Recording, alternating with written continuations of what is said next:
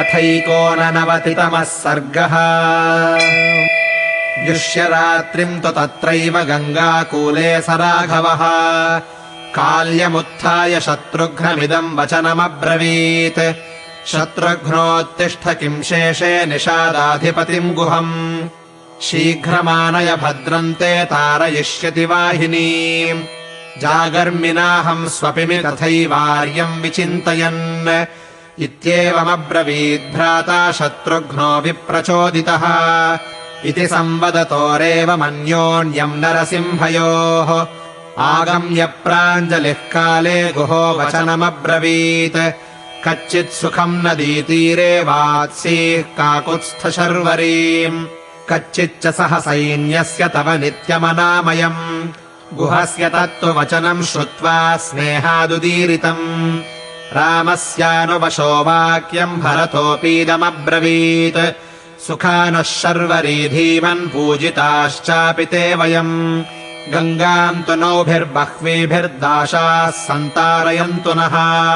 ततो गुहः सन्त्वरितः श्रुत्वा भरतशासनम् प्रतिप्रविश्य नगरम् तम् ज्ञातिजनमब्रवीत्। उत्तिष्ठत प्रबुध्यध्वम् भद्रमस्तु हि वः सदा नावः समुपकर्षध्वम् तारयिष्यामि वाहिनीम्। ते तथोक्ताः समुत्थाय त्वरिता राजशासनात् पञ्चनावांशतान्येव समानिन्युः समन्ततः। अन्याः स्वस्तिकविज्ञेया महाघण्टाधरावराः शोभमानाः पताकिन्यो युक्तवाहाः सुसंहताः। ततः स्वस्तिकविज्ञेयाम् पाण्डुकम्बलसंवृताम् सनन्दिघोषाम् कल्याणीम् गुहो नावमुपाहरत्।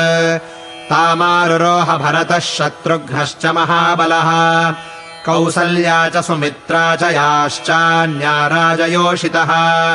पुरोहितश्च तत्पूर्वम् गुरवो ब्राह्मणाश्च ये अनन्तरम् राजदारास्तथैव शकटापणाः आवासमादीपयताम् तीर्थम् चाप्यवगाहताम्। भाण्डानि चाददानानाम् घोषस्तु दिवमस्पृशत् पताकिन्यस्तु तानावः स्वयम् दाशैरधिष्ठिताः।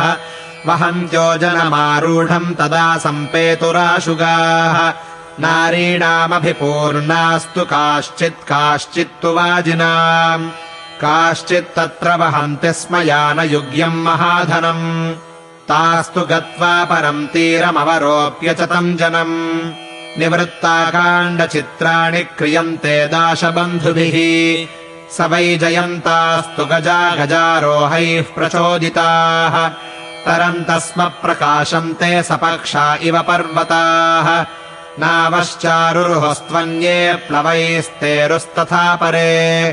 अन्ये कुम्भघटैस्तेरुरन्ये तेरुश्च बाहुभिः सा पुण्याध्वजनी गङ्गाम् दाशैः सन्तारिता स्वयम्। मैत्रे मुहूर्ते प्रययौ प्रयागवनमुत्तमम् आश्वासयित्वा च चमूम् महात्मा निवेशयित्वा च यथोपजोषम्। द्रष्टुम् भरद्वाजमृषिप्रवर्यमृत्विक्सदस्यैर्भरतः प्रतस्थे।